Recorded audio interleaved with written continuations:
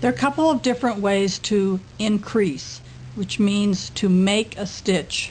The easiest is you knit the first stitch. You take your right needle and you put it in that little space in between these two stitches. You pull the yarn up onto the left needle and then you simply knit it off.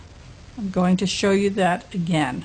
You knit the stitch, you go into the middle of the two stitches, you pull that yarn up and onto the left needle and you just knit it off.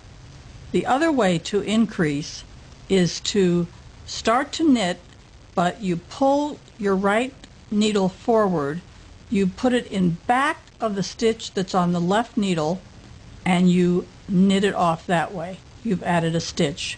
Once again, you start as though you're going to knit, you twist your needle around into the back of the stitch on the left needle, knit it off.